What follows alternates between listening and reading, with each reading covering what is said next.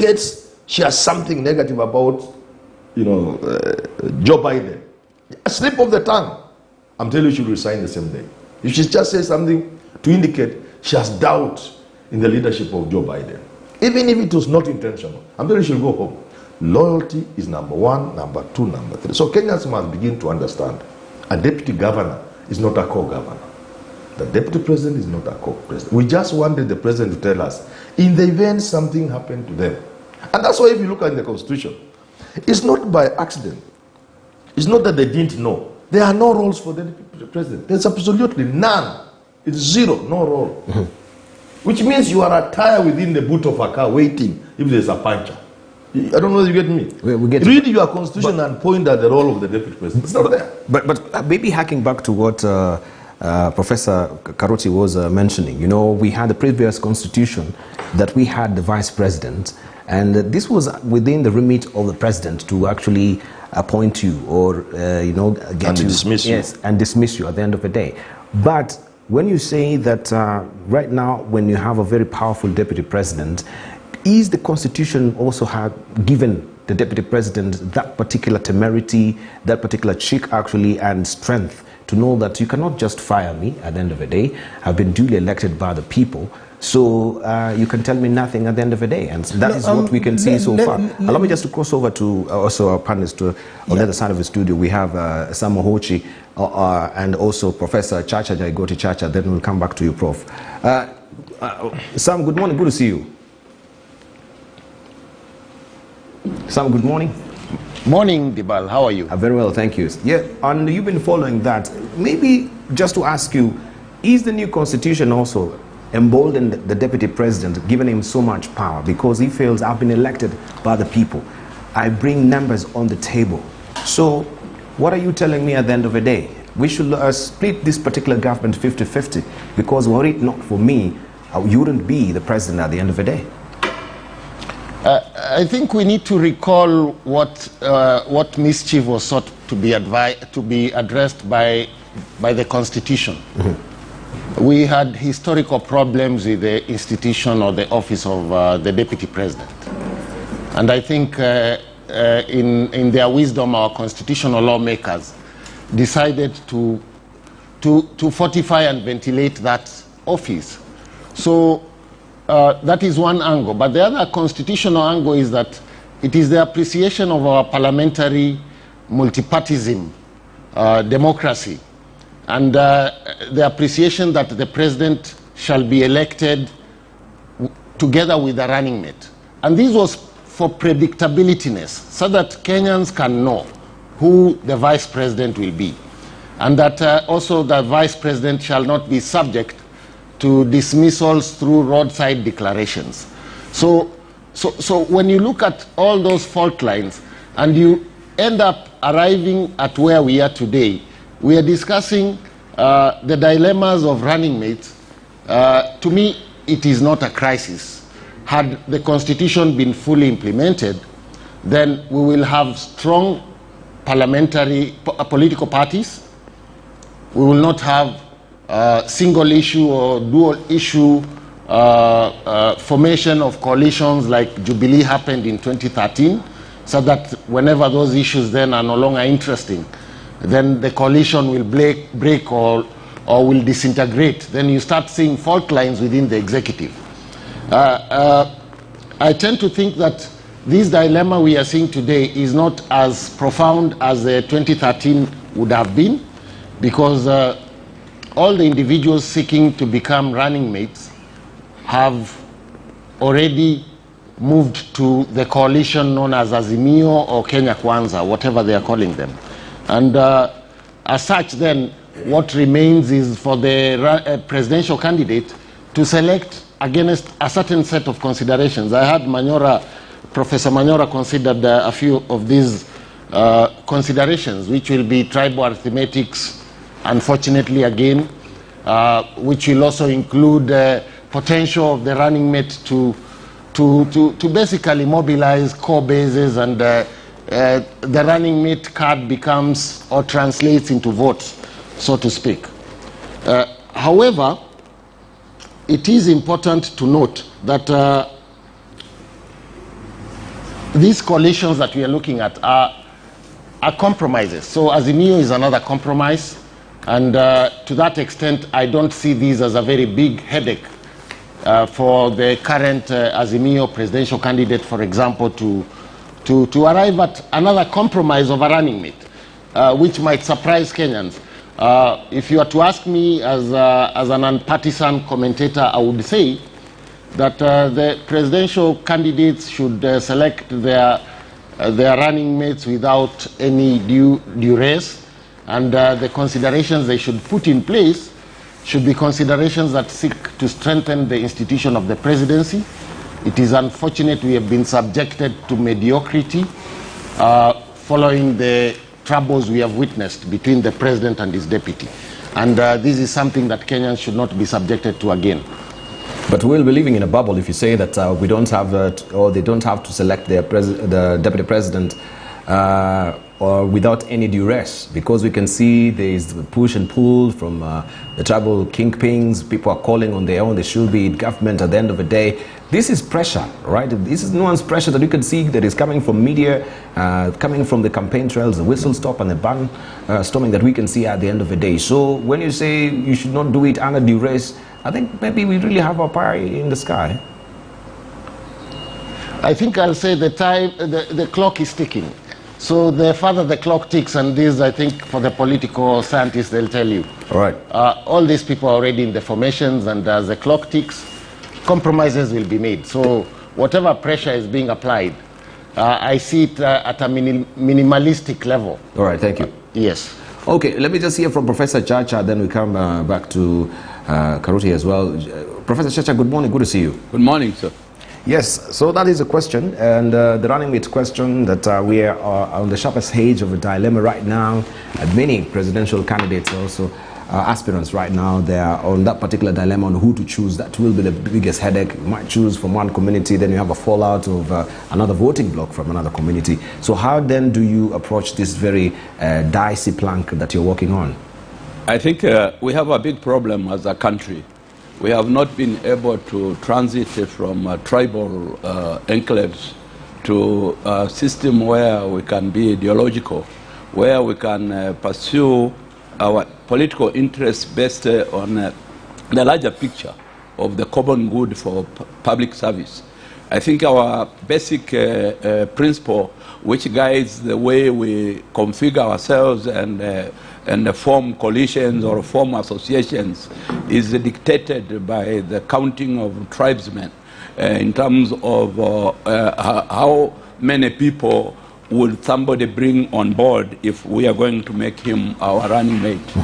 If we went ideological, we wouldn't mind. For example, if you go to America, which we based some parts of our constitution on, when Obama was running and he picked Joe Biden as a running mate, people thought it would not work because, first of all, Joe Biden came from a small state and he was older than Obama. But I think they were all forced and directed or guided by the ideological orientation that they were Democrats, they belonged to the Democratic Party, and that the Democratic Party had principles against which all people who are seeking leadership in that party had to abide. We don't have those principles here. We tend to just form configurations and we form coalitions based on counting tribal numbers, and this has become a very big problem. And because of that, we have failed to observe certain principles of leadership in terms of integrity, in terms of civility, in terms of trust. Right now, it is so challenging that whomever the leading principles of these coalitions pick as a running mate, they will still perhaps experience the same problems and challenges that President Kenyatta has experienced with his deputy president.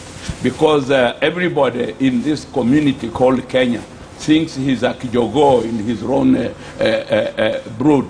And at the end of the day, we have so many kijogos around the country that each time they stand, they are escorted by goons. And this has percolated downwards all the way to the ward level, to the constituency level. Some of the running candidates for the position of MP are working with their own jeshis. So you find that when you are being ushered by the people who claim to be your supporters, the immediate supporters, they misguide you. And at the end of the day, you fail to read the text of what is the role of a deputy president in any dispensation, whether in Kenya or America or wherever. You didn't find in these developed democracies deputy presidents finding it difficult to pursue the line of their bosses. And when it happened so, they actually had the temerity of resigning, so that you don't continue causing havoc to the public, mainly because you think you are a Kijogo in your own right, and you think that you hold 50% of the government. And that 50% of the government, as I was saying, maybe it is the emboldenment that you get from the Constitution. As it is right now, you can bring the numbers, you have a voice at the end of the day, so you cannot be fired. There have been calls for the deputy president to resign. He cannot resign because, of course, people are saying he's been duly elected by the people. So it is the voice of the people. It's the people to send him home at the end of the day. This is not the honors of the president. I think if there is any area which requires immediate amendment, is some of these areas which embolden people to believe that they are called leaders when in essence they are supposed to be the deputy. And the definition of a deputy, even a deputy headmaster, you can imagine if all our schools, the headmasters of schools, were to wake up and the deputy says, I also control half of the schoolmasters or school teachers, I control half of the students, then we'll have chaos in schools everywhere else. Right, I admitted half of the students at the end of the day, so I have a say. Let's hear from Professor Karuti.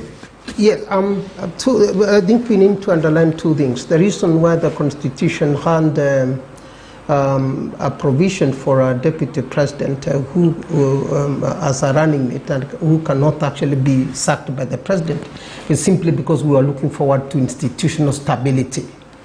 We have had institutional stability in that particular office of deputy president, vice president for a long time.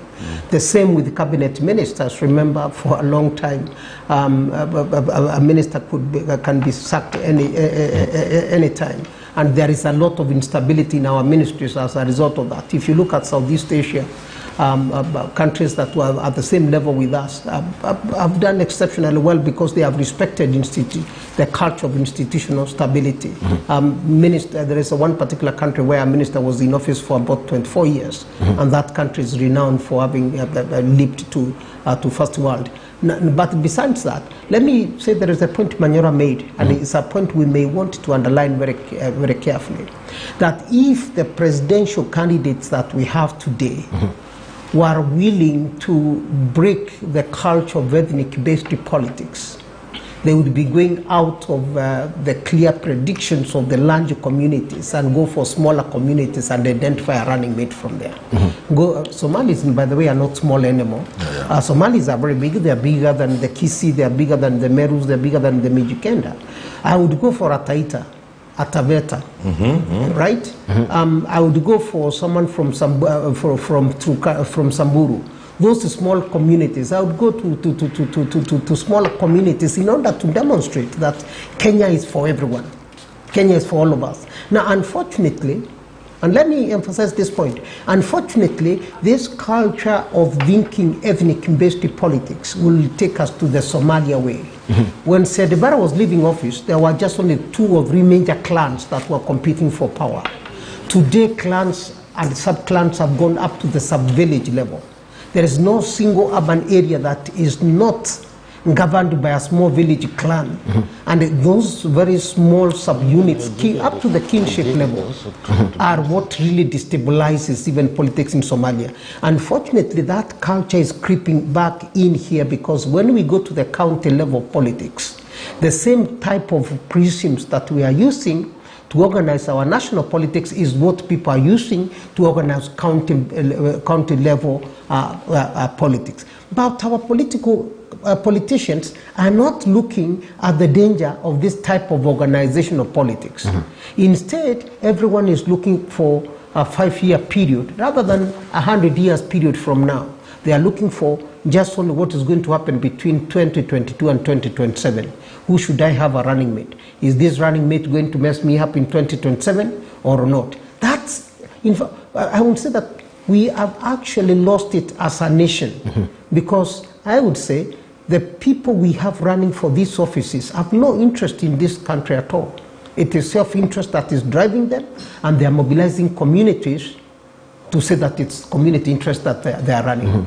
Because no one says that we are running in order to make Kenya very different, in order to make Kenya a different type of a country altogether. I'm running because I want to run and become a president. That's very irritating. That's very irritating. Look at what has been happening even in Azimio with Kalonzo Musyoka. You know, and even Kenya Kwanza with Musalia Mudavadi and others. If you look at the arguments that people have been presenting, we would say that we are really in a bad situation as a country. A situation where people are not thinking national, a situation where elites are only, politicians are thinking about themselves, is going to take this country in a very different direction. And let me just finally say the following. If you look at the figures of the people running for even parliamentary office, it's very different from 60s and 70s and 80s. In the old days, school teachers would run and win. Pastors or churchmen would run and win. Leaders of cooperative societies are the ones who are presenting them for service, for election. Today, if you're not a business person, you cannot run for office and win because money matters in our elections. Money matters in our elections. We have gone the wrong way as a country. All right, so money matters, and money matters are predicated on tribalism as well, so to speak, at the end of the day. Hamid Manyara. Yeah, you see, and you know, we keep wondering why we are a poor third world country and making with no indication that we could break through and become a better country. But there are things that are very small, like what Prof is saying. You know, leadership is critical in any enterprise. And the country is an enterprise, of course. An organization without leadership cannot move forward. So, why haven't we ever addressed the issue of leadership in this country? How do we get our leaders? We get our leader, because every society must always have a way in which leaders are identified, even nurtured, and given an opportunity to serve their people. There are even countries, and I think like South Korea and even I think North Korea to an extent, where there are academies, leadership academies, where to be a leader you must have gone through that kind of process. In ancient societies, of course there were communities where the rainmaker, the most potent medicine man, will become the leader of them, the Libon and things like those. So how do we identify our leaders in this country? This is where the problem is. Apart from clan and tribe and ridge, this ridge are supposed to that, which is really petty, there's also the question of, I come from a constituency myself, and there's very little I can do to tell my people that I can serve them well. Because the way to get to the table is what Prof is saying, is to be a development conscious leader. Meaning, you must have bags of money to go home every weekend. Arambe, football tournaments, what. That's the only way then you can spring up as a leader. And I've always argued, unless we address this issue, we will not move far. And how do we start?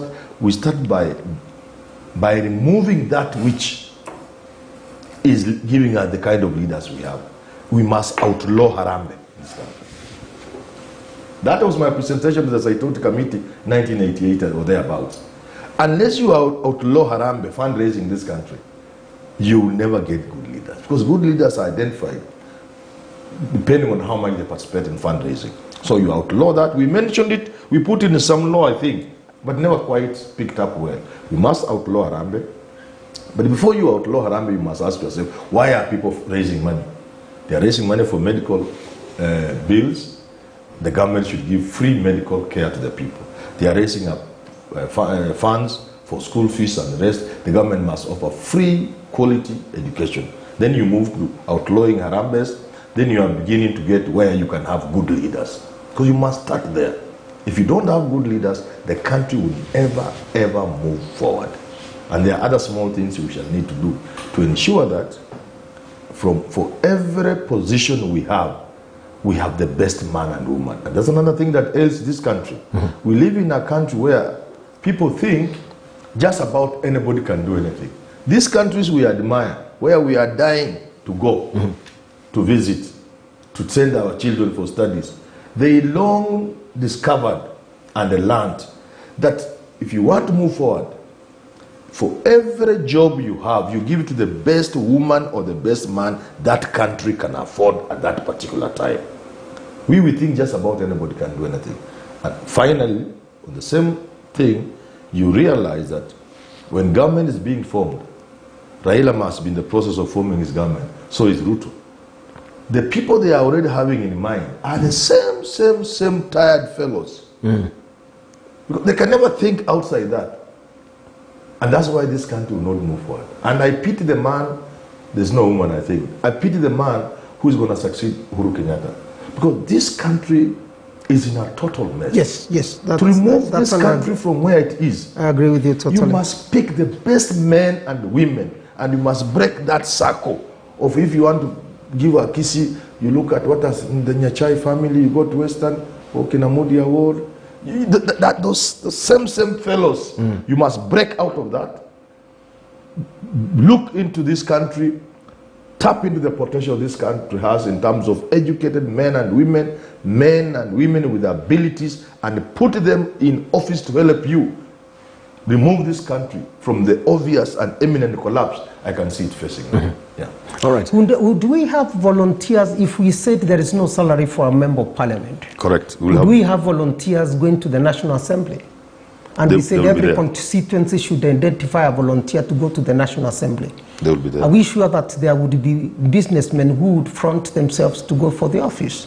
There is a problem of the amount of money we pay people, and therefore they look at a position that they have as a rent-seeking position. You go there for purposes of making money and not service.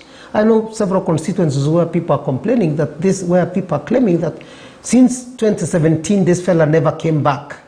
Now he's coming back, and he's coming back with tons of money. I have also, we did a study on cost of politics, yes. And the most common theme that we had from different places is some members of parliament, I will never mention their names, who told us, you can wait and actually ask people to line up for money. I bought my own seat. Two people told us that. And we went to constituencies where the youth were saying, we are waiting for them again, right? So it's no longer a position of representation to represent constituencies, but a position for going to make money because you know very well that your relationship with your constituency is money. Supposing we made that position voluntary, reduce the salaries completely. It used to be like that. It used to be like that. Yes. The MPs that we had in 1970s and 80s were earning less than, I think... at some point they were earning 8,000. 8,000, almost equivalent to a headmaster. And all councillors, by the way, until 1979, all councillors were people working elsewhere, mainly teachers. Yes. Until Moy said, choose one. So we have made this position of representation as a salaried and a permanent position, and therefore created a very dangerous precedents for ourselves. We need to go back as a country and start asking, how do we correct this? But national leadership also matters. If you are at the top, you can actually correct many of the things that we see. But let's also not forget that Kenya's culture, you and I, put a lot of pressure on these MPs and these representatives to behave the way they behave. Thank you. All right. We want to take a short break right now, but also looking at the People Daily has a very interesting editorial cartoon there. Just want to show you that you can be also pondering about it, and then when we come back we shall look at that and some of these faces that are coming to the fore. This is Martha Karua now joining Azimio, and she's saying, okay, now that I'm home, where do you want me to sit? Asking Baba, where do you want me to sit? There's a vacant seat there, and this has been the debate. You're watching Uongozi today. We take a short break right now, and the subject at hand is the running mate question, right? Make or break of the presidency or the leadership here in the country. When I circle back, we continue with more. We have Sam Hochi and also Professor Chacha Nyaigoti Chacha with us. minutes. Don't go away.